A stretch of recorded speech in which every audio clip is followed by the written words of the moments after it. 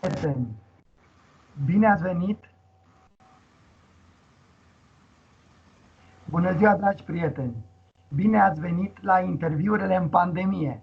Astăzi cu Corneliu Țepeluș, producător de film român și videojurnalist. Te salut, Cornel!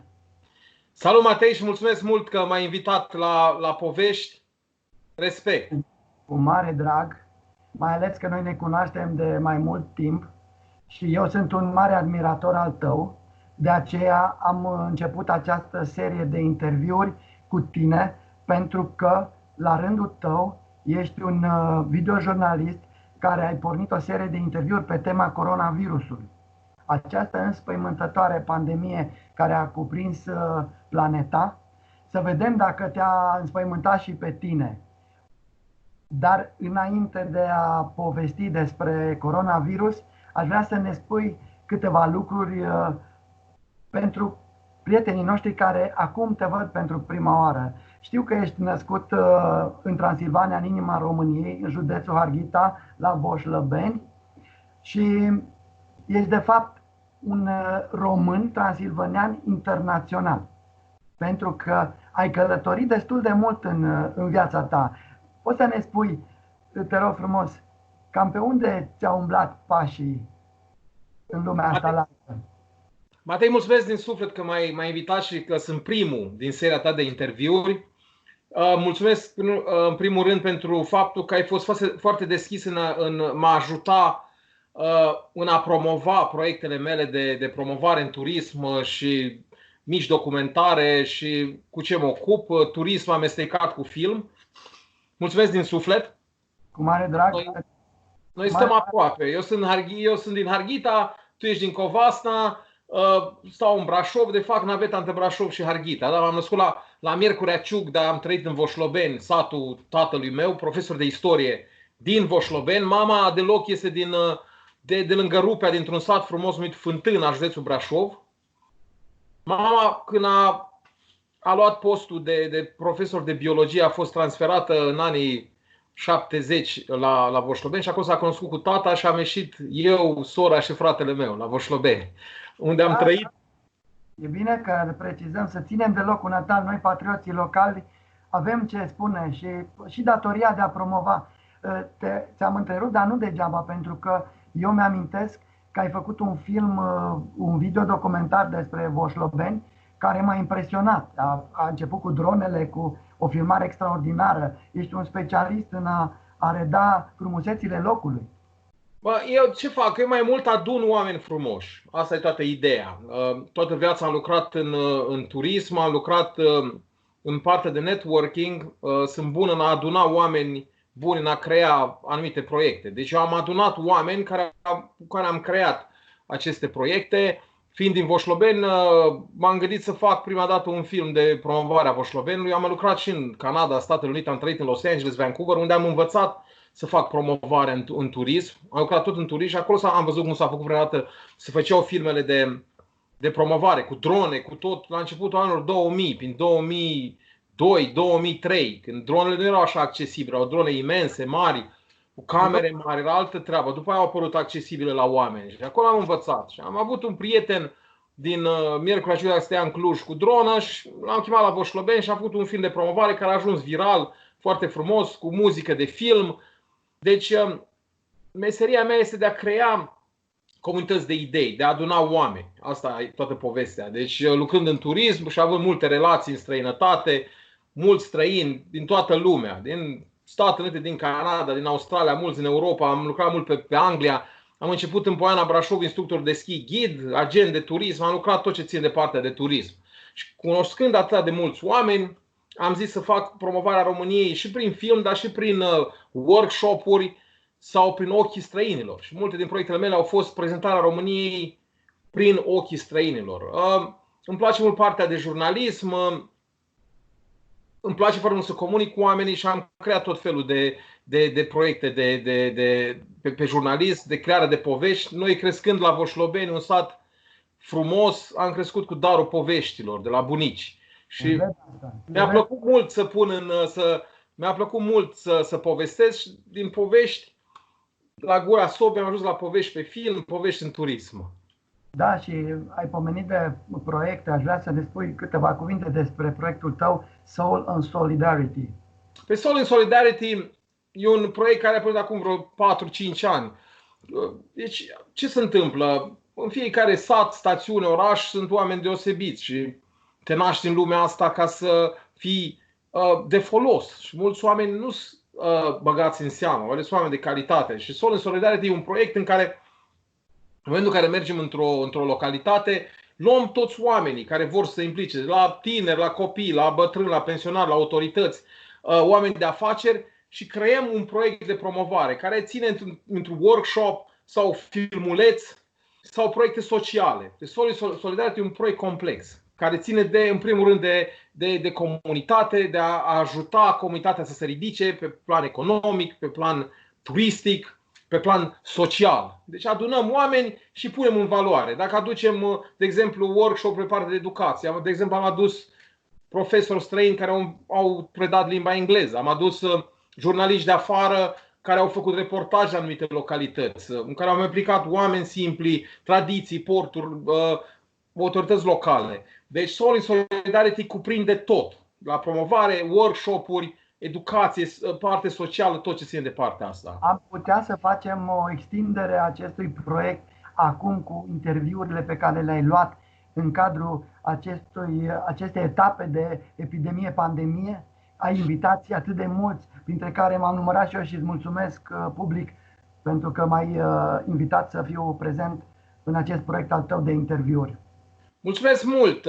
Ce vreau să spun, Matei, este că acum câțiva ani am vorbit la oameni de partea asta de suflet și de solidaritate și mulți spuneau, ești utopic, pentru că oamenii sunt concentrați pe ei, viața e grea, oamenii nu prea vor să facă în România voluntariat pentru că nu știu ce înseamnă asta, dar am avut într-un fel o chestie profetică, pentru că uite ce se întâmplă ziua de astăzi. Fără solidaritate, fără suflet, fără a dărui, fără a face voluntariat, greu ne descurcăm. Deci se pare că proiectul Soul and Solidarity are totuși o atracție în real. Nu e o chestie utopică. Nimeni n-a spus de un om de afaceri să-și dea averea sau banii toți. E vorba de un mic procent să se implice în comunitate, să ajute dacă poate.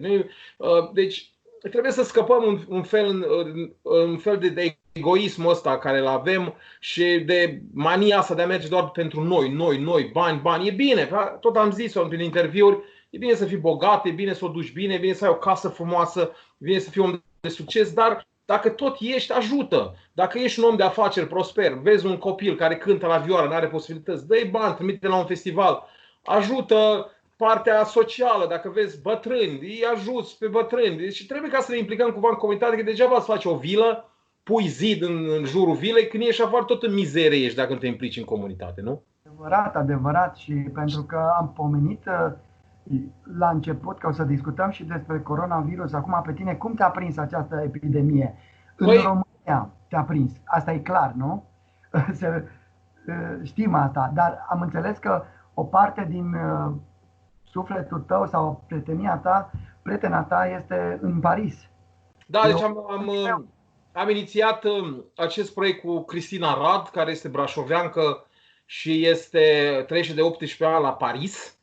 Și împreună cu Cristina ne-am gândit la un proiect de videoconferință, video-interviuri, pentru că având foarte mulți prieteni în toată lumea asta și oameni de calitate toți, de la politicieni, la artiști, la doctori în economie, doctori în literatură, poeți, pictori, numai oameni de calitate care nu prea se expuși în media, pentru că lumea e sătulă să vadă numai lume care nu are ce să spună la televizor. Și atunci ea mi-a spus, Cristina din Paris, măi Corel, având atâtea relații, hai să facem niște interviuri cu oameni deosebiți cu care oricum tu vorbești și folosești în proiectele tale, în comunități, ca să-și spune ideile, că de câte ori te-am auzit, dar să numai cu oameni faini care înțeleg pe bune ce înseamnă lumea asta, mai ales partea sufletească, umană, spirituală, care nu se prea mai vorbește în ziua de astăzi. Și atunci ea a creat, împreună cu ea, am creat un set de întrebări și m-am apucat de treabă. Am început să sun români, oameni de afaceri, artiști, preoți, oameni simpli din România și din străinătate și am acoperit de aproape tot globul, din Buenos Aires în Argentina, în Brazilia, Statele Unite, Canada, Cambodgia, Anglia, Germania, Italia, Austria, Franța, deci am acoperit aproape toată planeta și continuăm să facem, vrem să facem cam un interviu pe zi sau un interviu la 2 zile cu oameni toți ca lumea care au ce să spună și mai ales experiențele lor și cum din punct de vedere sufletesc, uman, spiritual fac față acestei pandemii, pentru că e clar că va fi o schimbare de paradigmă. Oamenii se vor uita mai mult la valorile adevărate, cum ar fi sufletul, generozitatea, inima bună, puterea de a crea comunități de idei. Și atunci am zis să expunem toată povestea asta cu oameni deosebiți lumii, pentru că poate inspiră, e o chestie inspirațională. Eu am urmărit câteva din interviurile tale și îmi programez așa pe zi să văd câte unul și aș vrea să le spun prietenilor noștri că aceste interviuri se pot viziona pe canalul tău de YouTube Casta Films, care este de fapt un pui sau cum să zic eu, o deschidere a casei tale de producție Casta Films. Da, am înființat o casă de producție de film în Brașov, se numește Casta Films. Avem pagină de Facebook, website Casta Films, canal de YouTube, pe Wild Romania, pagina mea de turism, pagina mea de Facebook și acolo sunt trimise, dar vor fi și la televiziuni, că multe dintre interviuri sunt cu oameni chiar special, care sunt vedete în ghilimele în țările lor sau în România și pe oameni chiar îi inspiră acești oameni. Și Casta Films am creat-o în ideea de a face film, de a face promovare, dar și pentru a ajuta oamenii. E o casă de film umană, cum ar veni. Da, și poți să ne spui un film care ai lucrat, știu că ai făcut un film de lung metraj. Am început, încă nu l-am terminat pentru că din cauza coronavirus am avut foarte multe probleme. Actori, e un film se numește Ecouri, este un film de anvergură mare, cu actori mari români, cu 10 de locații, cu o echipă de 40-50 de oameni, un film de buget mare și încercăm să-l terminăm, dacă totul merge bine, anul ăsta. Și de la film de lungmetraj facem documentar. Am lucrat cu Dacre Stoker, de exemplu, străsănepotul lui Bram Stoker, care a scris Dracula. Am filmat în Călimani un documentar cu niște băieți de la CEO Film din Republica Moldova despre localizarea castelului fictiv al lui Dracula. Deci combinăm istorie cu lucruri sociale, cu turism și film de lungmetraj. Da, am văzut câteva din scenele, pozele din această producție a ta și sperăm că atunci, în momentul în care apare, să ne dai și nouă de veste, să mai popularizăm, să vadă lumea, pentru că un român ca tine, plecat din inima României, cutrăierând pe planeta aceasta, a venit cu o experiență. Spune, te-ai întors definitiv în țară sau e o perioadă în care tu lucrezi aici și vrei să pleci? Păi nu se știe, că viața e foarte ciudată. Viața e foarte ciudată. Deci eu am trăit mulți ani, în jur de 10 ani am trăit prin țări străine, am stat în Anglia foarte mult, la Londra, în diferite alte locații, Vancouver, Los Angeles și am fost în școli de film. Mi-a plăcut mult filmul și turism am lucrat. Dar tot felul de alte meserii. M-am întors în România pentru că n-am fost obsedat să rămân acolo. Îmi plăcea mult România și am tot umblat. Din 1993 am fost peste tot. Deci sunt 27 de ani acum de cât am tot umblat prin lume. Acum să le spunem, Corneliu, că ai fost și prin insule, prin Bahamas, am înțeles că ai fost prin alte locații mai exotice pe care noi le-am văzut poate numai la televizor. Am lucrat pe vapoare de croazieră și ne opream, da, Jamaica, insule Cayman, Bahamas, Mexic, Miami, Florida. Deci am fost în Caraibi, dar am avut mai multe pe vapor, am lucrat chiar cameraman, deci filmam toate evenimentele de pe vapor și prin insule excursiile turiștilor. Deci mi-a plăcut de atunci, vorbesc de anii 90, sunt 21 de ani, 1999, 21 de ani de atunci. Dar în anii... Da, acum se iese mai ușor cu buletinul sau foarte ușor cu o agenție de turism. Atunci, într-adevăr, era o emoție cu totul specială. Tu ai strâns multă experiență acolo, la Los Angeles, ai fost și la Hollywood, te-ai întâlnit cu vreo personalitate, așa mai aproape, să zic, să ai întâlnit? La Los Angeles am fost într-o școală de film și, bineînțeles, în LA îi vezi pe stradă, dacă știi unde să mergi, în ce zonă să mergi. Am cunoscut-o pe Dina Eastwood, care e soția lui Clint Eastwood de atunci. Tom Berenger. Deci, în Los Angeles eram în fiecare weekend pe Sunset Boulevard, în West Hollywood. Eram cu muzica mai spre rock, mergeam la K-Club, Whiskey and Go-Go, Viper Room, Rainbow Bar and Grill. Sunt barurile legendare unde a pornit The Doors, Motley Crue, Warren, o grămadă de trupe rock mari ale anii 60, 70, 80, 90, Nirvana cântau. Deci eram foarte apropiat de muzica rock, blues din Statele Unite. Am trăit și în New Orleans, unde e capitala bluesului, dar în Los Angeles, da. Comunicând foarte ușor în limba engleză, am fost la tot felul de show-uri de televiziune. Am fost la o școală de film, am fost la tot felul de firme de casting și mergeam la audiții, dar n-am stat mult. M-am întors iar în Canada, în România, dar am avut o grămadă de experiență în LA.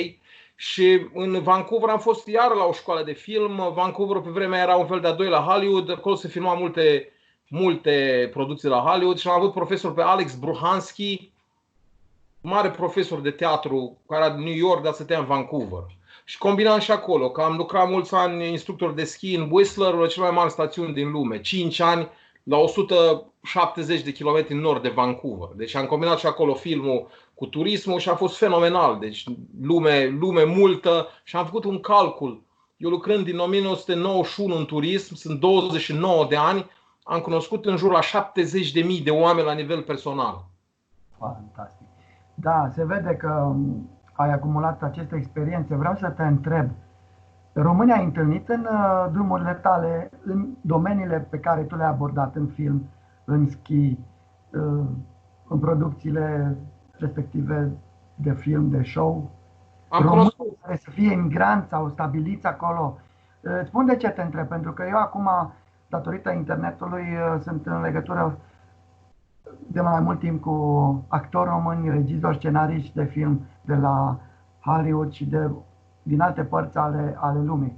Îți dau un singur exemplu, pe Tudor Petruț, cel care a jucat în filmele acestea românești de succes, Liceenii. El lucrează acum. Da. Românii sunt cam peste tot, dacă îmi dau bine seama. Și după ce te-ai întors tu, au plecat foarte mulți. Noi ne bucurăm că tu te-ai întors, pentru că ai dat dovadă de un mare curaj. Majoritatea vor să plece, să se realizeze dincolo. Tu crezi că ne putem noi românii realiza aici în țară? În bineînțeles, adică realizare în sensul bun al cuvântului. Lucrurile țin și de parte geopolitică, zona în care e România, pentru că fiind o colonie de periferie, din păcate, a comunității europene, dacă te uiți în istoria omenirii, e clar că toate coloniile de periferie au dus un pic mai rău decât cei la centru Imperiului, unde e Germania, Franța, Spania, Italia acum, Austria. Deci e clar că este un exod al forței de muncă în centrul Imperiului, cum ar veni, unde sunt banii mai mulți. Aici s-a distrus economia și românii ce să facă? S-au dus în Occident, dar se poate face, pentru că diaspora română e foarte puternică să prinde în jurul bisericii. Și dacă ar fi niște patrioți care să ne conducă să facă un proiect de țară în care să atragă înapoi tinerii și oamenii de afară, ar veni, că toți ar veni acasă. Sunt care nu vor să mai întoarcă. Eu în America și în Canada am fost, mai ales în Statele Unite, în tot felul de comunități românești. Și am fost și la ortodoxi, și la baptiști, și la penticostali. Oamenii își iubesc țara, dar mulți sunt dezrădăcinați, e clar. Atmosfera e așa și așa. Deci partea asta de diplomație română ar trebui să fie mult mai puternică, să-i strângă pe români. Nu contează din ce religie este sau din ce zona țării vin. Să pot. Trebuie un program guvernamental clar să crească economia. Uite, acum este o perioadă cu pandemia asta, pentru că mulți români, având probleme afară, se întorc. De cel puțin 1 milion de români am auzit să vor întoarce în țară. Acum a pornit un proiect de țară în care în fiecare fiecare localitate sau aproape în toate să facă mici ateliere, fabrici, subvenționate de guvern la început, ca să facă o combinație între agricultură și mic meșteșugar acolo, ca să poată porni economia. Acum este momentul să vină. Dar trebuie neapărat bani ajutați de la stat. Da, te întreb pentru că avem mare nevoie de tineri care și mai puțin tineri, adică tinerii să conlucreze cu cei mai în vârstă, cei peste 50 de ani, pentru că experiența celor de peste 50 de ani cu energia celor mai tineri ar face o treabă bună în România. Aș vrea să te întreb părerea ta. Tineretul nostru ne poate reprezenta în viitor? Putem avea încredere în acești tineri? În sensul să se implice așa cum te implici tu, pentru că tu ai un suflet tânăr. Nici nu vreau să te întreb ce vârstă ai, pentru că se vede că energia ta este debordantă. Și e normal să fie așa atunci când ești creator, când ești un producător, când aduni oameni, ceea ce este extraordinar de important. Iată, ne-ai adunat chiar și pe Skype, pe internet, ceea ce este un lucru uimitor. Ți-ai dat din timpul tău, ai investit foarte mult în timpul oamenilor celorlalți, din timpul tău. Spune-ne, să avem încredere în oamenii aceștia? Da, putem să avem încredere, bineînțeles, dar trebuie totuși niște proiecte făcute și trebuie să știi cum să le faci. Îți trebuie educație, îți trebuie know-how ca să știi cum să le faci, trebuie neapărat statul să se implice. Trebuie educație, deci trebuie să învețe românii în primul rând cum să se asocieze. Nu numai eu sunt important, eu nu mă interesează ce face cel de lângă. Deci dacă învață să se asocieze, se poate face, da, tinerii sunt foarte puternici, dar trebuie ajutați. Trebuie ajutor de la stat ca să pornească ceva și numai legi ca să le dea voie să se miște. Nu vine să deschizi o mică afacere, vine și te sugrumă. Trebuie să te lase în pace, să te dezvolți, nu? Altfel cum să te dezvolți, nu? Și trebuie educație. Trebuie făcute, cum ziceam, workshop-uri pe educație, pe antreprenoriat, ca să învețe cel tânăr cum să pornească un business, cum să se asocieze, să pornească ceva.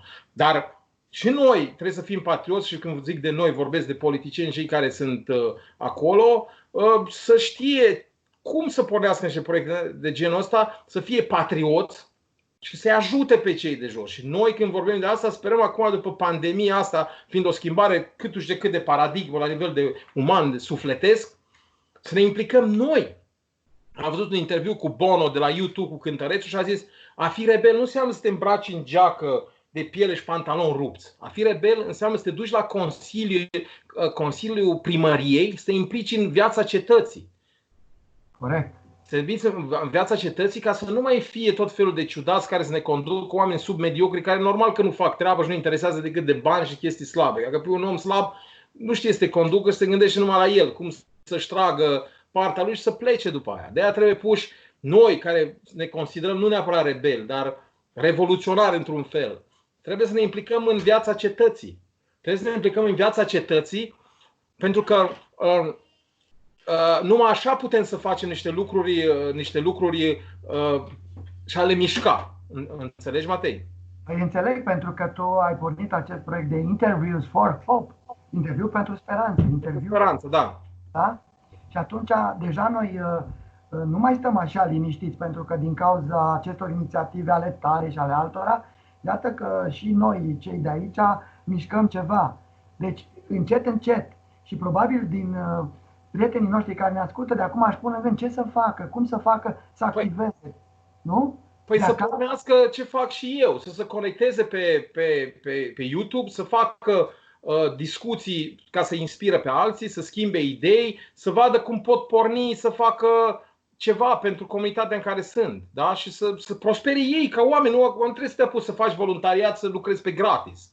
Doamne ferește, nu, dar să-ți ajuți cercul din care trăiești, comunitatea în care trăiești, ca să crească, ca să crești și tu, nu? E normal. În România încă nu se știe despre treaba asta. Am trăit în Canada, am fost o grămadă de proiecte în Canada, în Statele Unite, unde oamenii sunt implicați în voluntariat, sunt extraordinari. Noi ne dăm creștini, bravo, foarte bine, dar nu poți să spui că doar ești creștin fără să faci nimic.